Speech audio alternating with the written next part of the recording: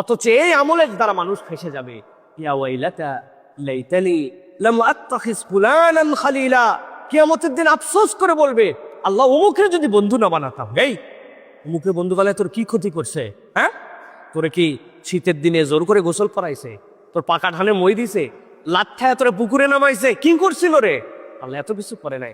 লাকাদ আদাল্লানি আনি যিকরি বাদা ইয জাআনি, আল্লাহ আমি দিন পেয়ে গেছিলাম। আল্লাহ মায়ের পেট থেকে আমি মুসলমান ছিলাম। আল্লাহ আল্লাহ আমি একটা ইসলামিক কনভান মানে একটা চমৎকার আমি একটা পরিবেশের মধ্যে ছিলাম। আল্লাহ আমি একটা এনভায়রনমেন্ট পেয়ে গেছিলাম। এই বন্ধু আমার শেষ করছে। বলছিল, দোস্ত এক টান দিয়ে দেখ, তোকে প্রত্যেকদিন খাওয়াবো।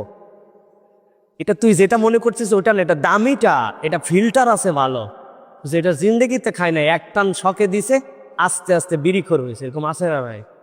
বেনামাজির সাথে ঘুরতে ঘুরতে বেনামাজি হয়েছে, আছে না নাই? বলছে মাঝে মাঝে লাগে, আমাদের গ্রুপ অত ছোট গ্রুপ না, এরকম 2-4 হাজার টাকা মাইরে দিলে কিছুই হয় না, ওটা আল্লাহ হিসাব বরাবর করে দিবে। হ্যাঁ, সিস্টেমে বাউসারে মাইন্ড লিয়ে দিছে। কার সাথে মিশে? ওই খারাপ সঙ্গের সাথে মিশে। এই জন্য আল্লাহ বলতেছেন খারাপ সঙ্গ ত্যাগ করে ইয়া আইয়ুহাল্লাযীনা আমানুত্তাকুল্লাহ ওয়া কুনু মা'আস সাদিকিন, ভালো মানুষের সাথে চলে। রমাদান আপনাকে ভালো মানুষের সাথে চলার অনুপ্রেরণা দিছে।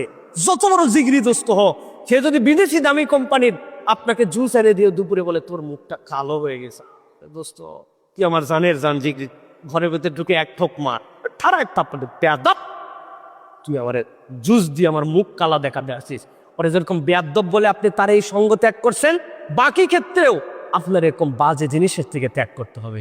আমাদের সমাজে একটা জিনিস আছে, বললে আপনারা মাইন্ড করবেন কিনা বলবো। আমাদের যারা সিনিয়র আছেন, আগে ভালো মানুষ ছিল, আপনার নাই, বলে না ভাই, বিরাট গলা বেসুরা করে আগে ভালো মানুষ, এখন মানুষ নয় আর আগে ছিল। এগুলো তো 1 নম্বরের ভণ্ড। আমি বলি আপনি ভালো হলেই তো আমি আপনারে খুঁজে পাই। নিজে ভালো হবে না, কিন্তু খালি বলে ভালো মানুষ না, ভালো মানুষ। নিজে ভালো হতে হবে, ঠিক কিনা? তাহলে তো একজন আমাকে ভালো খুঁজে পাবে। আমি একজনের ভালো বন্ধু হয়ে গেলাম, তো আমি কেন পরিবর্তন হচ্ছি না? এই পরিবর্তন আমাদেরকে রমাদান শিখাইছে আমাদেরকে।